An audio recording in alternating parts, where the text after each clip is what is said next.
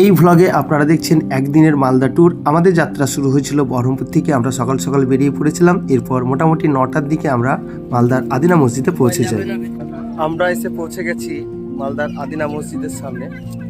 মসজিদের ভেতরে এখন সমস্ত রকমের ডিজিটাল মিডিয়া নিয়ে প্রবেশ নিষেধ। মোবাইল বা ক্যামেরা নিয়ে ঢুকতে দেবে না, তাই আমরা মোবাইল বা ক্যামেরা বাইরে রেখে ভেতরে প্রবেশ করব। মালদা জেলার দর্শনীয় স্থানগুলির মধ্যে আদিনা মসজিদের ধ্বংসাবশেষ অন্যতম। এটি তৎকালীন সময়ে ভারত মহাদেশের বৃহত্তম মসজিদ ছিল।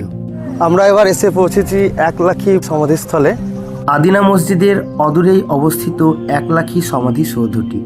সেই যুগে এই সমাধিসৌধটি নির্মাণ করতে 1 লক্ষ টাকা মতো খরচ হয়েছিল বলে এর নাম একলাখী সমাধিসৌধ। এই সমাধিসৌধটির দেওয়াল গাত্রে রয়েছে অপরূপ পোড়ামাটির অলঙ্করণ। একলাখী সমাধিসৌধে মোট 3টি সমাধি রয়েছে। অনুমান করা হয় এর মধ্যে একটি সমাধি রাজা গণেশের পুত্র জালালউদ্দিন মোহাম্মদ শাহের এবং বাকি 2টি সমাধি তার স্ত্রী ও পুত্র শামসুদ্দিন আহমেদ শাহের। রাজা গণেশ ছিলেন দিনাজপুরের ভাতুরিয়ার জমিদার। তারপর তিনি নিজ ক্ষমতায় রাজা হয়ে গৌড়ের সিংহাসনে বসেছিলেন।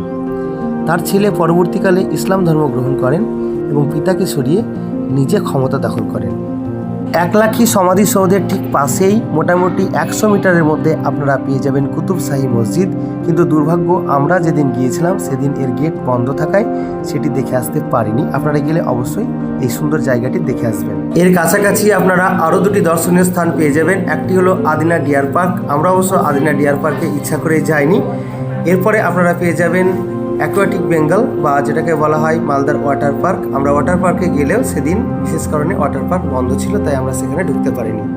এরপরেই জাতীয় সড়কের পাশে অবস্থিত একটি ধাবাতে আমরা আমাদের লাঞ্চ সেরে নিলাম। এবার চলুন গৌড়। আমরা এখন উপস্থিত হয়েছি রামকেলিতে। এই রামকলি হচ্ছে একটি গ্রাম যেখানে শ্রী চৈতন্যদেবের পদযুগলের চিহ্ন রয়েছে, অর্থাৎ চৈতন্যদেব স্বয়ং এখানে এসেছিলেন। এখানে চৈতন্যদেবের একটা মূর্তি করা হয়েছে। মালদা থেকে মাত্র 14 কিলোমিটার দক্ষিণে গৌড়ের পথে একটি ছোট্ট গ্রাম রামকেলি। ধর্মীয় তাৎপর্যের দিক থেকে মালদায় দেখার সেরা জায়গা হিসাবে এই রামকেলি গ্রাম যথেষ্ট গুরুত্বপূর্ণ একটি স্থান। এখানে প্রতি বছর জ্যৈষ্ঠ সংক্রান্তির দিন থেকে শুরু হয় বিরাট রামকেলি মেলা। দেশ বিদেশের বহু দর্শনার্থী এখানে এসে ভিড় জমায়। এখন আমি এসে উপস্থিত হয়েছি বড়সোনা বা বারোদিয়ারি মসজিদে।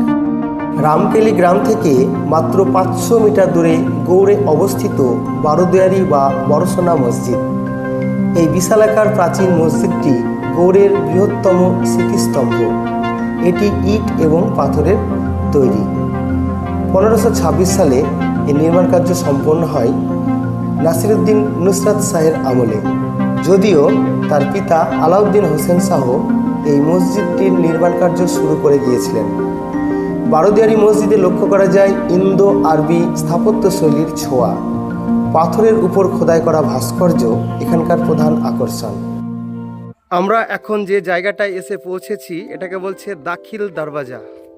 1425 খ্রিস্টাব্দে নির্মিত এই দরওয়াজা একসময় গৌড়ের প্রধান প্রবেশদ্বার ছিল।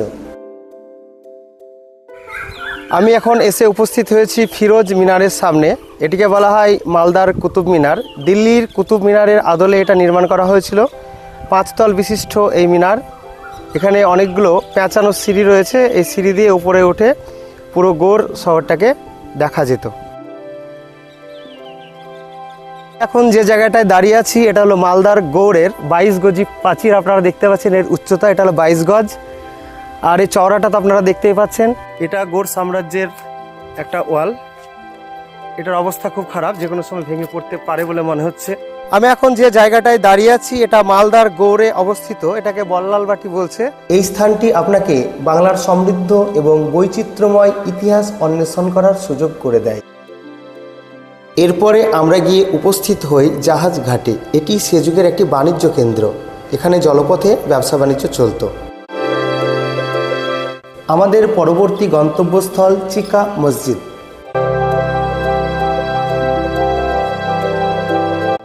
এই চিকা মসজিদের সামনেই আপনারা দেখতে পাবেন গুমটি দরওয়াজা। এরপর আমরা গিয়ে উপস্থিত হই কদম রসুল মসজিদে এবং ফতে খানের সমাধিস্থলে।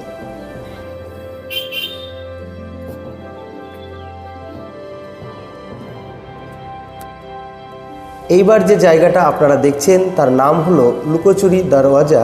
এখানে নাকি সুলতান বেগমের সঙ্গে লুকোচুরি খেলতেন। আমাদের পরবর্তী গন্তব্যস্থল ছিল তাঁতিপাড়া মসজিদ।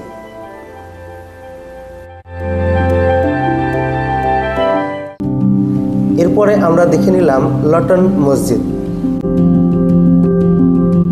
আমাদের আজকের ট্যুরের শেষ গন্তব্যস্থল ভারত এবং বাংলাদেশ সীমান্তে অবস্থিত মহাদীপুর বর্ডার।